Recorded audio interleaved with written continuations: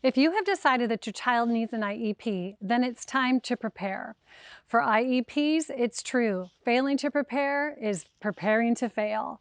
This video will go through all the important ways you need to be prepared so you can get what you want for your child. When going to an IEP meeting, you will be up against a committee that is far more accustomed to IEP meetings than you are. They've been through it hundreds of times. They may or may not agree with you on what your child needs. So if you are not well prepared, you are not going to do well. They might steamroll you over and your child will not get what they need. Hi, I'm Liz Weaver of Learning Success, and we have made this video to help you be prepared, to help you understand the things that you are going to need prior to an IEP meeting, so you can get the best outcome possible for your child. Make sure to watch the whole thing to ensure you don't get railroaded by an uncaring bureaucracy.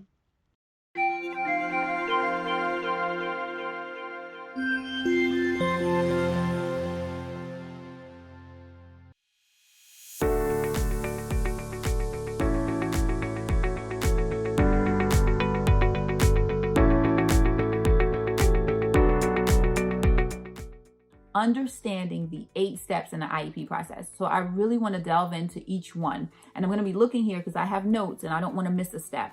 So you must familiarize yourself with the 8 steps in the IEP process. And step number 1 is requesting an evaluation in writing. There are templates, there are a plethora of templates online where you can find a template to request an evaluation in writing. And within that documentation, you want to request evaluations for any of the areas that you have concerns. For example, there's your education evaluation, there's the cognitive evaluation, there's the occupational therapy evaluation, which is often referred to as OT. If your kiddo is struggling to button up their clothes or tie their shoelaces, I can't talk with these braces, or tie their shoelaces, they may need an OT evaluation. They may mispronounce words, can't really get the words out. You don't understand them when they speak. They might need a speech evaluation. So you want to be clear and put all of that in the letter. So you want to request an evaluation in writing. And number 2 is the actual evaluations. There's a timeline and so many days that the school has to get your child assessed. So you want to request an evaluation in writing. You want to get the actual evaluation done. You also want to attend the meeting where they determine eligibility. So just because a child has a learning difference doesn't necessarily mean that they're eligible for special education services. So that meeting after the evaluation is to determine eligibility. And when they determine eligibility, there are 13 codes, categories rather, under IDEA. So there are 13 codes under IDEA, and they have to pick one of those 13 codes. For example, my daughter was determined to have a specific learning disability in reading, and you often see it abbreviated as SLD. Well, what does that mean? That's what I said. What is that? What does that mean? Well, she has dyslexia. So you may often find that dyslexia falls under SLD. I did not know that. That's very important to know and understand. So once they determine eligibility, they must create and develop the IEP. And remember, you're a member of the IEP team, so you have some input and say when they develop the IEP. And the next step is implementing the IEP. It's one thing to have it all nice and in writing, but they must implement the IEP. Your child must receive their services and accommodations. And then the next step is monitoring progress and reviewing progress. This is huge. When we had an IEP and we got our report cards each quarter, we're supposed to get a progress report based on the IEP goals. I didn't know that. We were at IEP meeting maybe number 3, and the principal asked me about the progress report. And I said, what progress report? What are you talking about? And then the IEP chair shared that, oh, I must have forgotten to get it to you. Right? So that's very important. I didn't know that. So you want to monitor and review progress, and not just during that time when you receive the report card and the IEP progress report. You want to continuously look at your child's homework, look at the work that they bring home and review it and see if you recognize any patterns and if you see any progress. If not, you can always call an IEP meeting. The next step is your annual review. So at the end of the year, what worked, what did not work, what would you like to see changed? Be prepared and ready for that annual review. And then the last step is reevaluation. So there are 8 steps in the IEP process that you must familiarize yourself with. I'm going to go over them again very quickly. Request an evaluation in writing, the evaluation, determinant eligibility, creating the IEP, implementing the IEP, we're at 5, and then we want to monitor and review progress, annual review, and then reevaluation. So there are 8 steps in the IEP process. You must familiarize yourself with those 8 steps. There are a lot of timelines included in there. There's a lot of legal things going on in there because that IEP document is a legal document, right? So documentation beats conversation. Document all your conversations, be organized, get a binder, keep everything in a binder, then put that binder in a box and put everything in that box, and then continuously organize it and update it. So my name is Winifred Winston. My daughter received special education services via the IEP process, and I want you to do your due diligence to stay on top of this process so you don't experience any of the challenges that we did. Basically, what you do is you write a request and you say, I feel that my child, based on all my conversations with school personnel and, my observations as a parent, I feel that my child needs extra support. And I would like to request a review, an evaluation for an IEP. And that means that all these different evaluations are going to get conducted. There's going to be a psychological evaluation. There's going to be a social evaluation. You're going to have to come in, you're going to have to talk about what you see, as your home life's trends and difficulties and, how you see your child's difficulties. And there's going to be a class observation. All these things are going to come together. And then in the end, you are going to meet with the team. You as a parent are a central aspect of this team. So you are not just going to sit there and you're not just going to nod your head and listen to what the rest of the team has to say, but you are going to be able to give input and you are going to be able to talk to them and tell them, yes, I agree with everything you're saying, let's talk about a plan. Or no, I think that maybe, let's backtrack and let's see if something least restrictive or even more restrictive, whatever it is that you're considering, they should be able to listen to you. So you really have to make an effort because sometimes first it takes a written request for your child to be evaluated for an IEP. And if that is ignored or delayed, it's not supposed to be delayed after a certain amount of time. And if they say no after they do, let's say they do an evaluation and they say no, or they make you go out and get a private person to do an evaluation, whatever it takes, sometimes it can be a rather rocky road to get to the actual accomplishment of getting an IEP. But you shouldn't lose hope, and you should just be persistent, politely persistent, and keep on going. As a parent, you should come with observations, very clear things that you have noticed that your child does when you're helping them at home, that you've noticed in previous years when you've tried to sit down with them in homework or when you've read to them at story time. How do they respond when you're working on homework? How do they act? What have you noticed about how they approach solving a math problem? Do they reverse their letters when they're writing? All of those things are pieces of information that the team will need from you. So when you are coming to the meeting, make sure that you have what works for you at home, what you've tried, because that can be considered part of the intervention process. So anything you've done at home consistently to try to help your child reach a grade level would be helpful to know. Anything you have observed. Things that you've noticed that you've seen your child do to either avoid work or to compensate for the fact that they're not sure how to do the work, or, things that you've noticed that they've struggled with. Those are the kinds of things that you need to bring to the team at the meeting. Learn educational terminology. Every industry has its own language. It is imperative that parents learn the language of education in order to maintain an ongoing dialogue with your child's teachers and to effectively partner with their schools. Learn the terms that are used on a daily basis in school, are contained in your child's 504 and IEP plans, and help to facilitate and maintain home-school communication. If your child has an IEP or is going to have an IEP, it's important that you understand these 4 terms. The first 2 terms, accommodation and modification, are commonly confused, but they have very different implications. An accommodation is sometimes referred to as an adaptation, and it is the techniques and materials that are used to help facilitate your child's learning or their demonstration of learning. Accommodations do not change what your child is expected to learn. Accommodations do not provide your child with an unfair advantage over their peers.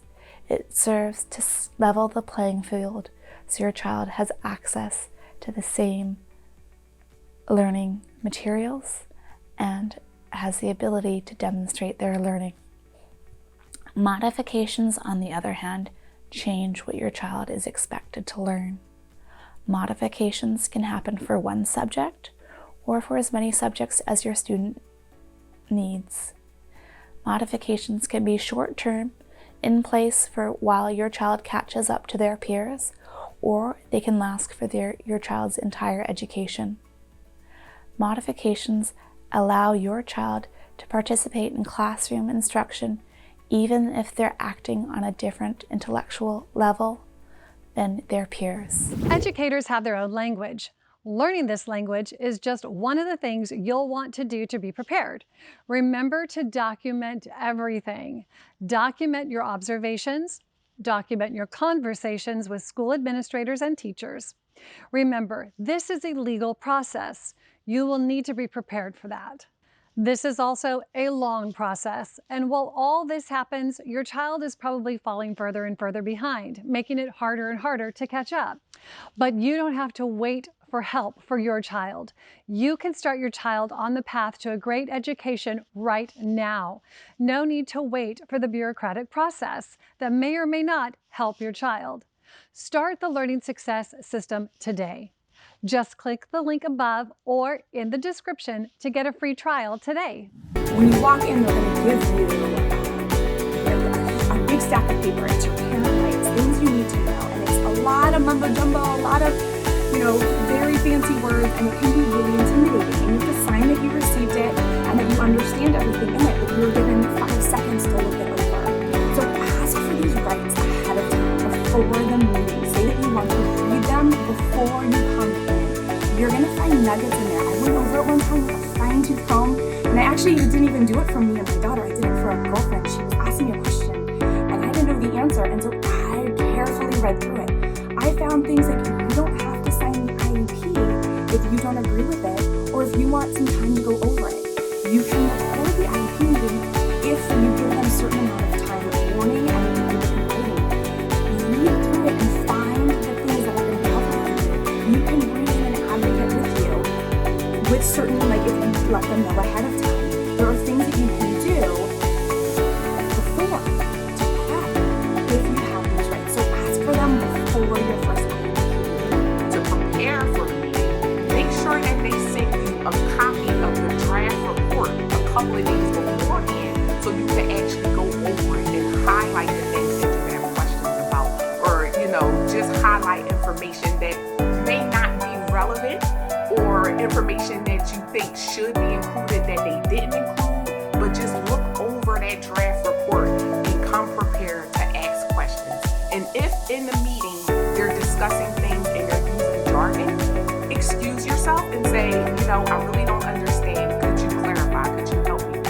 And one way that they could really clarify, and I use this quite often, is to use like graphs and statistics and things like that. And with the graph, I use the bell curve quite often, and it's very effective in explaining information to the parents. So just be prepared. How can parents best prepare for their child's IEP needs? First, review your child's previous IEP if they have one, progress reports, and current grades. Second, generate a list of questions based on the document you've just reviewed. Third, research your child's disability to see how it affects his or her ability to progress in the general education curriculum. Fourth, generate a list of goals that you would like your child to accomplish over the next year. This helps facilitate the conversation with school personnel about what goals you'd like to see included in your child's IEP. And last and most importantly, know your rights as a parent of a child with a disability. Review the procedural safeguards document to become familiar with your rights as a parent. Be extremely organized and comprehensive. By that, I mean there are several components that you need to put together prior to going into the meeting for your child. The first, make yourself a checklist. Write down everything that you are looking for your child to receive in regards to support services, classroom placement, in-home instruction if applicable, and anything else that you feel as though would help your child to succeed and get to the level that they need to be. That again can be maybe you prefer your child in a self-contained classroom. Maybe you feel as though you would like them mainstreamed and maybe just pulled out for certain services. Maybe you think as though your child should get speech twice a week and maybe OT once a week. But you should have all of these things written down so when you are at the meeting, you have it directly in front of you. Parents a lot of times get very flustered going into the meeting. School districts are notorious for not giving in and flustering parents and having them sign something that when they go home and think about it, it wasn't really what they wanted for their child. Get all of the documentation that you have together.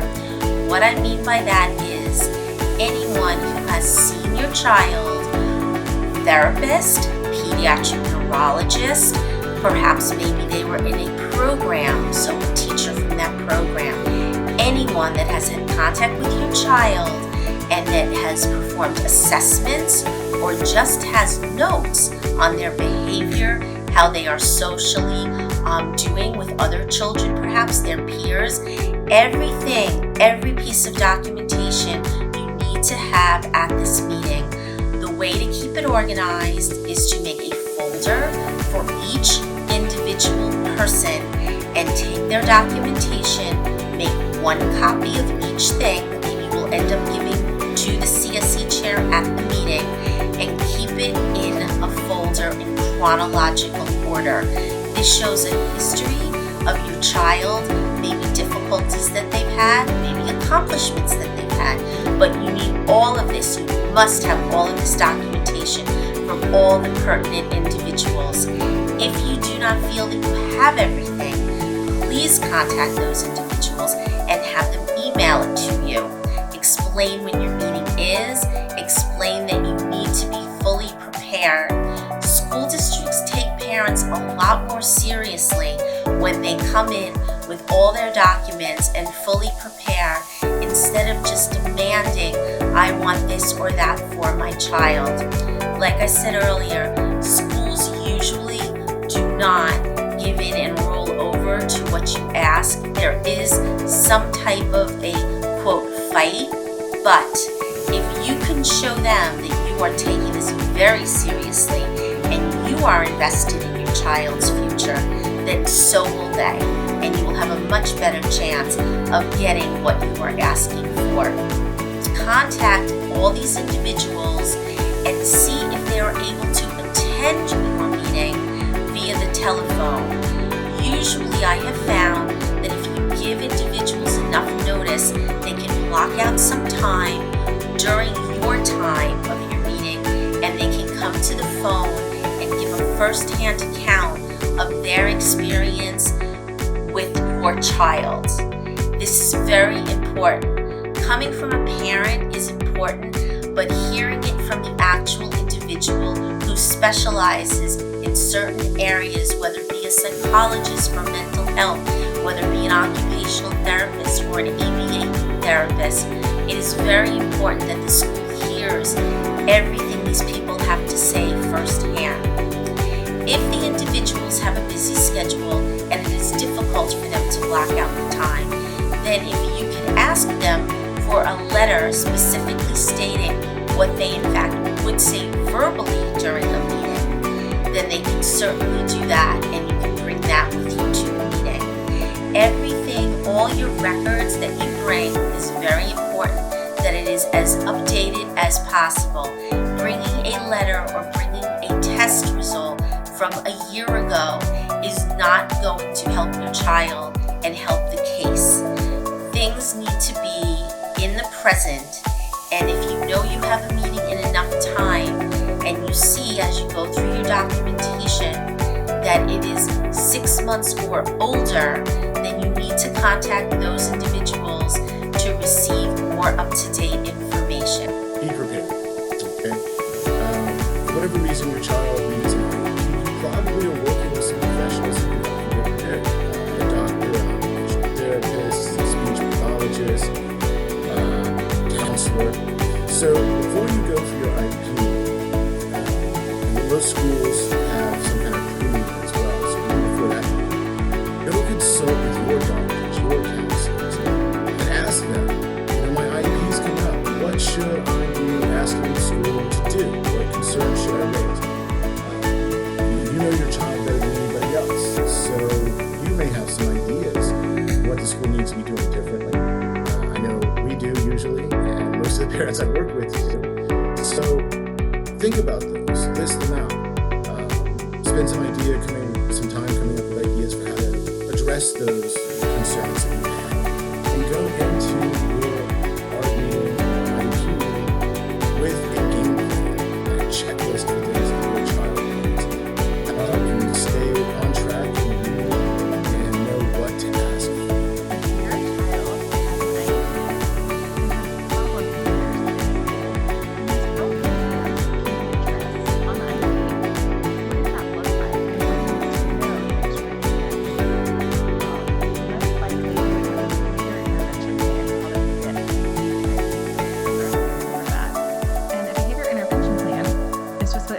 Intervene on the behavior. Help your child have more appropriate behaviors at school. When it comes to behavior intervention plans, there's a few key things you really need to be aware of as a parent, and things that I've seen as a former special ed teacher and also as a behavior analyst. Every school system does things differently, so be aware of what you can advocate for. First of all, a behavior intervention plan needs to be based on something, right? We don't just make up plans. They're based on data and assessment. And in this case, for behavior, it's called an FBA, a functional behavior assessment. So the science of behavior tells us that all behavior serves a function. And if we're going to intervene on it, we need to know that function so we can help the child get that need met in a more appropriate way. So an FBA is another document, piece of paper, online, within your IEP. An FBA is that assessment. I've seen it completed by special ed teachers, and as a former special ed teacher, I can tell you I was not prepared or adequately trained to do that. So as a parent, I would recommend you find out who is going to do that. I would like to see it be a behavior analyst or a school psychologist, a licensed specialist in school psychology, an LSSP, or really preferably a BCBA, which is a board certified behavior analyst.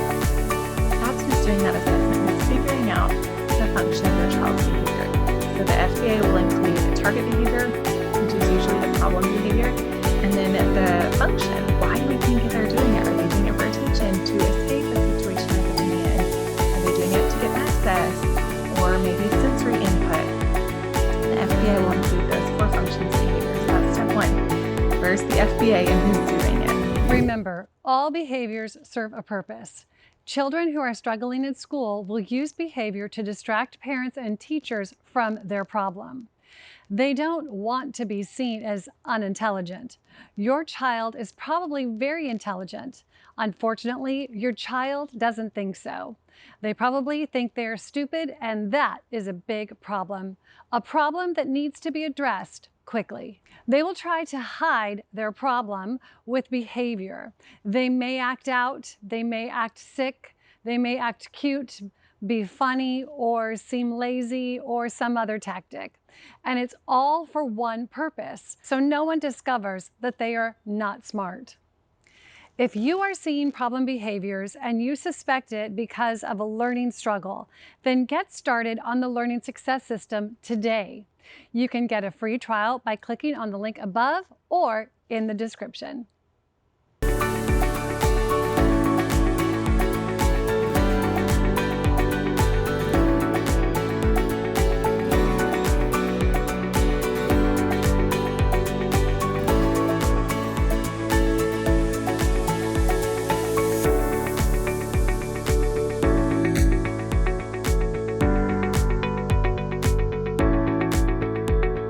Step 2 is that your behavior intervention plan cannot just be about reducing problem behavior. And that's a problem that I've seen in IEP paperwork and in IEP meetings had to address before. So that's why I really bring that up as a red flag.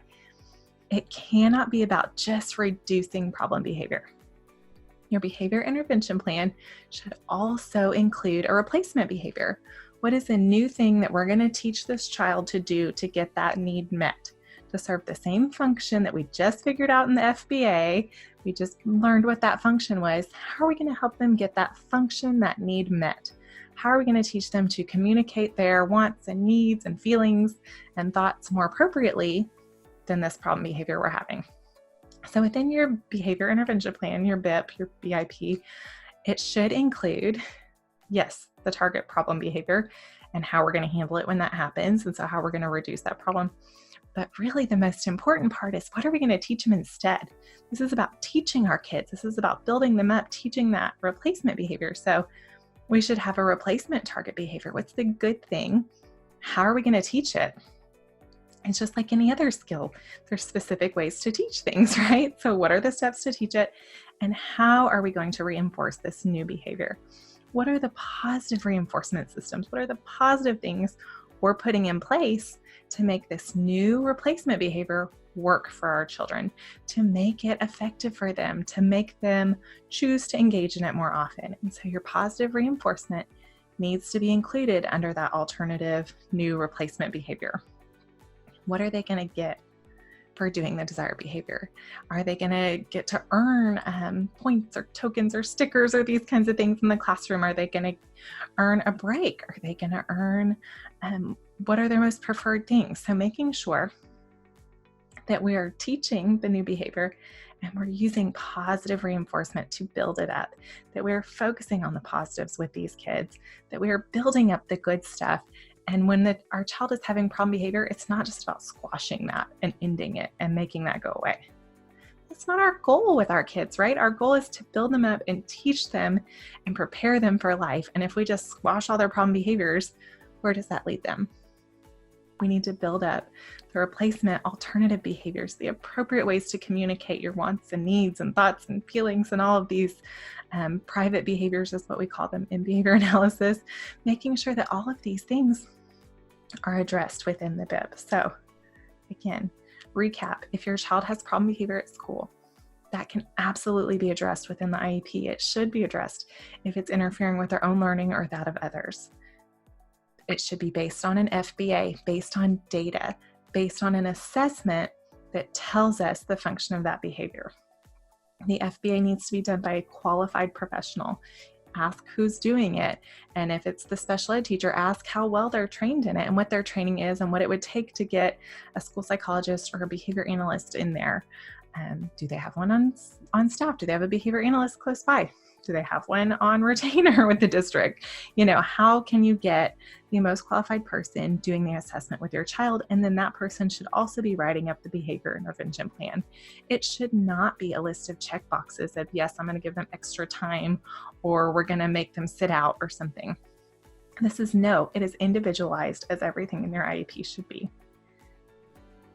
Second big point, your behavior intervention plan needs to include that alternate replacement behavior. What are we going to teach them? what exact skill are we going to teach that serves the same function that we figured out in the FBA? How are we going to build it up using positive reinforcement? Make sure you're advocating for all these positives for your child, and I know they're going to do great. Having a list is another way to make sure that your concerns will be addressed. You might think that teachers would be put off by parents bringing in a list of concerns or questions, but actually it's the opposite. We really appreciate when parents bring in what they're most worried about, because this helps us focus on specific areas that we can help your child. It also streamlines this process. We have a sub covering our class. You probably are taking time off work to have this meeting. So there's only a small window of time that we can discuss your child, and having a list of your questions and concerns really does help move things along. When you bring your child into the meeting, it helps us get a better picture of what they're struggling with. When they can speak up and tell teachers, this approach didn't really work for me. I feel like if I had it written down or if I had the book on tape, children know better than anyone what they're struggling with. So bringing your child with you really does help us get a better picture of what's going on. Talking about what you see at home. What are their work habits? Do they spend 5 hours working on a math assignment? Do they spend all night trying to get 20 pages of reading done? Are they watching TV and playing video games and everyone thinks they're working? These are things that actually do help us. If they're not even trying their homework, it actually shows a level of frustration that we need to be aware of. So sharing what's going on your end is really important. Also, when you go to an IEP meeting, there may be teachers there that you want to talk to about your child's struggles in their classes. Make sure that if you are talking to a teacher who you feel could be doing a better job at helping your child out, that you're still respectful. It's natural to be frustrated, and it's natural to get emotionally invested in making sure your child has the best education possible. But when you make this into a personal attack, or it comes off as sort of aggressive or offensive, anyone is going to go on the defensive, and it can stall conversations out. It can prevent us from moving forward. So just be mindful of how you talk to the other teachers and special educators, because again, it's really important to establish an atmosphere of respect. There may be people that you want to talk to that are not at the meeting. Make sure that you can have either an email or a progress report or some sort of written update from a teacher who you feel like it would be really important for you to talk to. Sometimes not everybody can be there. So just keeping those lines of communication open. When is the next meeting? Who should I email? It's really vital that parents and teachers communicate. The number one determining factor in a child's success is parental involvement, and number two is teacher involvement. So when parents and teachers are both talking about how to help their children, good things happen. I hope this video helps you in having the most successful and stress-free IEP meeting possible. If it has helped you, please leave a comment and let us know. And make sure to hit the like button so other people can benefit as well. Like Emily said, your parental involvement is the most important thing when it comes to your child's future. Your involvement in this process and your involvement with your child's learning at home. Remember, children whose parents work with them at home always outperform those who don't. That's why I'm giving you a free trial of the Learning Success System. It's the best way for parents to work with their children at home. Parents engaging with their children's learning is what helps children become healthy, happy learners. Learners that catch up and eventually surpass their peers. So click that link in the description, start a free trial, and I'll see you in the Learning Success members area.